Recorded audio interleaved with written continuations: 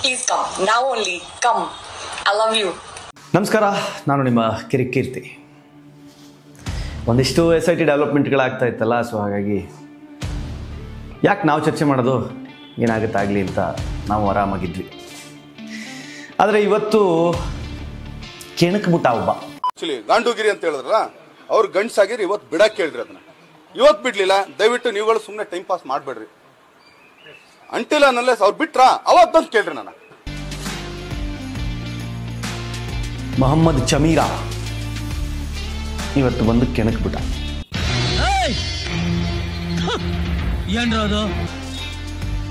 ಹಂದಿ ಚಮೀರಾ, ಯಾಕೆ ಅವನ್ನ ಹಂದಿ ಅಂತ ಕರಿತೀಯಾ ಅಂತ ಕೇಳಿದ್ರೆ ಅವನು ನಮ್ಮನ್ನ ಕಾಗೆ ಗಿಳಿ ಅಂತೆಲ್ಲ ಕರಿತಾ ಇದ್ದಾನೆ.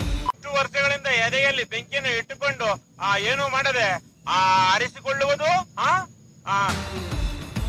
ಅದಕ್ಕೆ ನಾವು ಕ್ಯೂಟ್ ಆಗಿ, ಅಂದ್ರೆ ಈ ಕೆಸರಲ್ಲಿ ಬಿದ್ದ ಒದಾಡ್ತಾ ಇರುತ್ತಲ್ಲ ಆ ಹಂದಿ ಅಲ್ಲ, ಇದು ಕ್ಯೂಟ್ ಮನೇಲಿ ಸಾಕ್ತಾರಲ್ಲ ಫಾರಿನಲ್ಲಿ ಪಿಂಕ್ ಕಲರ್ ಬರುತ್ತಲ್ಲ ಆ ಹಂದಿ ಚಮೀರಾ. ಬಾರೋ ಅಪರೂಪದ ಮುಳ್ಳಂದಿ ಬಾಬಾ. ಕಾಗೆ ಗಿಳಿ, ಆಗ್ಲಪ್ಪ. ಕೆಲವ್ರು ಕೇಳ್ಬೋದು, ಅವ್ನು ನಿಮಗೆ ಹೇಳ್ದ ಅಂತ ಯಾಕೆ ಅನ್ಕೋತೀರಾ ಅಂತ. ನಾನು ಅವ್ರಿಗೆ ಅದನ್ನೇ ಕೇಳೋದು, ನಾನು ಅವನಿಗೆ ಹೇಳಿದೆ ಅಂತ ನೀವ್ ಯಾಕೆ ಅನ್ಕೋತೀರಾ? ಮೆಣಸಿನ್ಕಾಯಿ ಇಟ್ಕೊಳ್ಳಿ.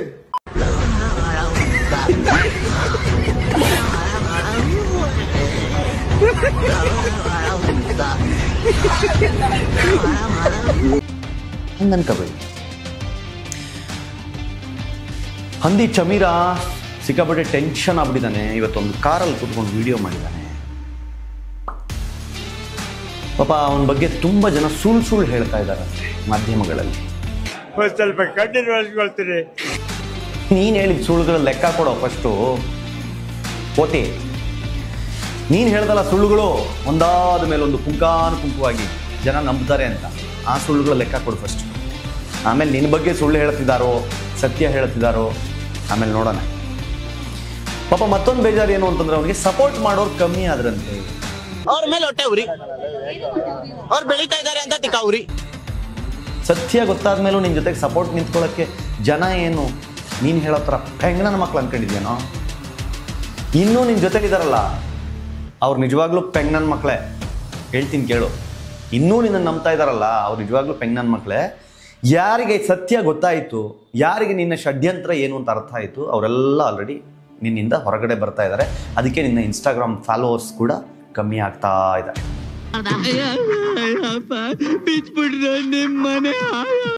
ಆಗಲಿ, ಪರವಾಗಿಲ್ಲ.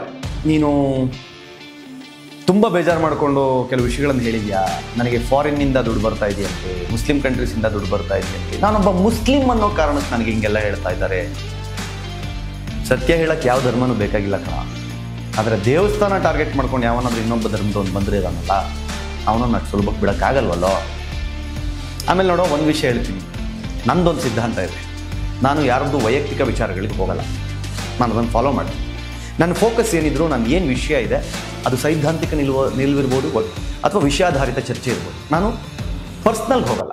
ಅದೇನ್ ಮಾತಂತ ಹೇಳಿದ್ರಿ ಸರ್ ನೀವು? Really hats off sir, hats off.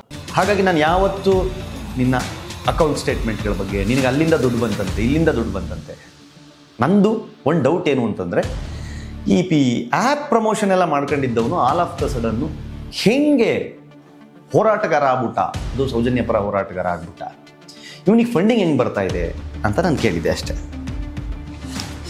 ಆಮೇಲೆ ನನ್ನ ಬಗ್ಗೆ ಮತ್ತು ನನ್ನ ಇನ್ನೊಬ್ಬರು ಜೊತೆಯಲ್ಲಿ ಹೋರಾಟಗಾರನ ನೀನು ಕಾಗೆ ಗಿಳಿ ಅಂತ ಕರ್ಕೊಂಡು ಗ್ಯಾಂಗ್ ರೇಪ್ ಆಗಿರೋ ಒಂದು ಹೆಣ್ಣು ಮಗಳನ್ನು ಪವಿತ್ರ ಅಂತ ಕರೆಯುವ ಕೀಳು ಮಟ್ಟಕ್ಕೆ ನಾನು ಇನ್ನೂ ಹೋಗಿಲ್ಲ.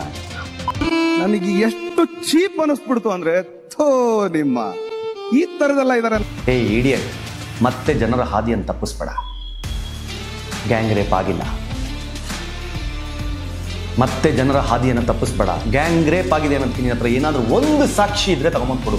ನನಗಿಷ್ಟು ಕಾನ್ಫಿಡೆನ್ಸ್ ಯಾಕಿದೆ ಅಂತಂದ್ರೆ, I believe in my self. ಒಂದೇ ಒಂದು ಸಾಕ್ಷಿ ಇದ್ರೆ ತಗೊಂಬಂದು ಕೊಡು, ಮತ್ತೆ ಹಾದಿ ತಪ್ಪಿಸ್ಬೇಡ. ಆ್ಯಂಡ್ ಪವಿತ್ರ ಸಾವು ಅನ್ನೋ ಸ್ಟೇಟ್ಮೆಂಟ್ ಪದೇ ಪದೇ ನನ್ನ ವಿಚಾರದಲ್ಲಿ ನೀನು ಮಾತಾಡ್ತಾ ಇರ್ತೀಯ. ತಲೆಯಲ್ಲಿ ಇಟ್ಕೋ, ಅದು ನನ್ನ ಸ್ಟೇಟ್ಮೆಂಟ್ ಅಲ್ಲ. ಕ್ಲಾಪ್ಸ್ ಹೊಡ್ರಿ, ಸುಮ್ಮನೆ ಕೂತಿರಲ್ಲ. ಬೇಕಾದರೆ ಅದಕ್ಕೆ ಸಾಕ್ಷಿಯಾಗಿ ನಾನು ಎಲ್ಲಿ ಮಾತಾಡಿದ್ನೋ ಅದಕ್ಕೆ ಸಾಕ್ಷಿಯಾಗಿ ಅದರ ವಿಡಿಯೋ ಕ್ಲಿಪ್ ಸಹಿತ ನಿನಗೆ ಹಾಕ್ತಾ ಇದ್ದೀನಿ. ರಿಪಬ್ಲಿಕ್ ಕನ್ನಡದ್ದು ಸ್ಮಿತಾ ಕ್ಲಾರಿಟಿ ಕೊಟ್ಟಿದ್ದಾರೆ, ಕೇಳಿಸ್ಕೊ. ಅವಳಿಗೆ ಪವಿತ್ರ ಸಾವು ಅಂತ ಆಗಿದ್ದಲ್ಲ ಕೀರ್ತಿ, ಆಯ್ತಾ? ನೀವು ಅದನ್ನ ಹೇಳಿದಿರಿ. ಅವ್ನು ನನ್ನ ಪೆದ್ದ ಏನಪ್ಪ ಈಗ ನಿನ್ನ ಕತೆ? ಓಕೆ, ಏನಯ್ಯ? ಒಂದ್ ನಿಮಿಷ ನಾನು ಪೆದ್ದ. ಸ್ಮಿತಾ ನೀವು ಹೇಳಿ. ಆಯ್ತು, ನಾನು ಒಂದು 10 ಸತಿ ಕ್ಲಾರಿಫಿಕೇಶನ್ ಕೊಟ್ಟಿದ್ದೀನಿ. ಅದೇ ವೇದಿಕೆಯಲ್ಲಿ ಕೀರ್ತಿ ಹೇಳಿದ್ರಿಂದ ಮತ್ತೊಮ್ಮೆ ನಿಮ್ ಸಲುವಾಗೂ ಹೇಳ್ತಿದ್ದೀನಿ. ಇದನ್ನ ಕೀರ್ತಿ ಅವರು ಅವರ ಹೇಳಿಕೆ ಅಂತ ಹೇಳಿಲ್ಲ, ಬದಲಾಗಿ ತನಿಖೆ ನಡೆಸಿದ್ದವ್ರು ಹಿಂಗ್ ಹೇಳಿದ್ದಾರೆ ಅಂತ ಹೇಳಿದ್ದು. ಹಂಗಾಗಿ ಅದು ಕೀರ್ತಿ ಅವರ ವೈಯಕ್ತಿಕ ಹೇಳಿಕೆ ಅಲ್ಲ ಅಂತ ಹೇಳಿ ನಾನು ಹೇಳ್ಬೋದು, ಬಿಕಾಸ್ ಐ ವಿಟ್ನೆಸ್. ಆಯ್ತಲ್ವಾ? ಅದು ನನ್ನ ಹೇಳಿಕೆ ಅಲ್ಲ, ನಾನು ರುದ್ರಮುನಿಯವರ ಹೇಳಿಕೆಯನ್ನು ಉಲ್ಲೇಖ ಮಾಡಿದ್ದೆ. ಆದರೆ ನಾನು ಈಗಲೂ ಹೇಳ್ತೀನಿ, ಆಕೆಯ ಮೇಲೆ ಅತ್ಯಾಚಾರವಾಗಿದೆ, ಆದರೆ ಗ್ಯಾಂಗ್ ರೇಪ್ ಆಗಿಲ್ಲ. ಇದನ್ನು ಯಾರು ಹೇಳಿದ್ರು ಸಹಿತ ನಾನು ಅದನ್ನು ವಿರೋಧಿಸ್ತೀನಿ. ನಿನಗೂ ಅದನ್ನು ಹೇಳ್ತಾ ಇದ್ದೀನಿ. ಅರ್ಥ ಆಯ್ತು ಅನ್ಸುತ್ತೆ. ಮತ್ತೆ ಭೇಟಿಯಾಗೋಣ. ನಮಸ್ಕಾರ.